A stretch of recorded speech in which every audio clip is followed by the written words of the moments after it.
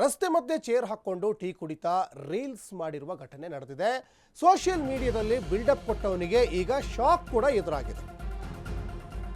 ರಸ್ತೆ ಮಧ್ಯೆ ಚೇರ್ ಹಾಕೊಂಡು ಟೀ ಕುಡಿತಾ ರೀಲ್ಸ್ ಮಾಡಿರುವಂತಹ ವಿಚಾರ, ಅದು ಸೋಷಿಯಲ್ ಮೀಡಿಯಾದಲ್ಲಿ ಬಿಲ್ಡಪ್ ಕೊಟ್ಟವನಿಗೆ ಈಗ ಶಾಕ್ ಎದುರಾಗಿದೆ. ಬೆಂಗಳೂರಿನ ಎಸ್ಜೆ ಪಾರ್ಕ್ ಪೊಲೀಸ್ನವರಿಂದ ಕಿಡಿಗೇಡಿಯ ಬಂಧನ ಆಗಿದೆ.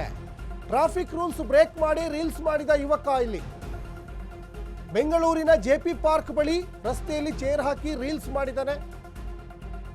ಸಂಚಾರ ಹೆಚ್ಚಾಗಿರುವಂತಹ ರಸ್ತೆಯಲ್ಲಿ ರೀಲ್ಸ್ ಮಾಡ್ತಾ ಹುಚ್ಚಾಟವನ್ನ ಮಾಡಿದ್ದಾನೆ ಅನ್ನೋದು ಕೂಡ ಗೊತ್ತಾಗ್ತದೆ. ಬೆಂಗಳೂರಿನಲ್ಲಿ ಎಷ್ಟು ಟ್ರಾಫಿಕ್ ಇರುತ್ತೆ ಅನ್ನೋದು ಪ್ರತಿಯೊಬ್ಬರಿಗೂ ಕೂಡ ಗೊತ್ತಿರುವಂಥ ವಿಚಾರಣೆ. ಇದು ಏಪ್ರಿಲ್ 12ನೇ ತಾರೀಕು ಆಗಿರುವಂಥ ಘಟನೆ. ನೋಡಿ, ದೃಶ್ಯಾವಳಿಯಲ್ಲಿ ಗಮನಿಸ್ತಾ ಇದ್ದೀರಾ. ಇವನಿಗೇನು ಹುಚ್ಚು ಅಂತ ಹೇಳಬೇಕಾ ಏನು ಹೇಳಬೇಕು ಅರ್ಥ ಆಗ್ತಾ ಇಲ್ಲ.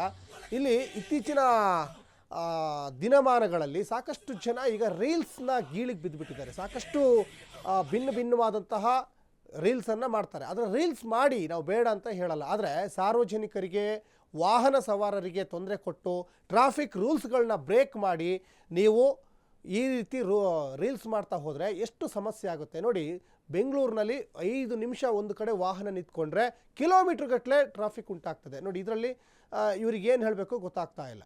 ಇದು ಯಾವುದೋ ಅವ್ರದ್ದೇ ಸ್ವಂತ ರಸ್ತೆ, ಇದು ನಮ್ಮಪ್ಪ ಕಟ್ಸಿರೋ ರಸ್ತೆ, ಇದು ಇಲ್ಲಿ ಯಾರು ಬರಬಾರ್ದು ಅನ್ನೋ ಲೆಕ್ಕಾಚಾರದಲ್ಲಿ ಅವ್ರು ಇದ್ದಂತೆ ಕಾಣಿಸ್ತಾ ಇದೆ.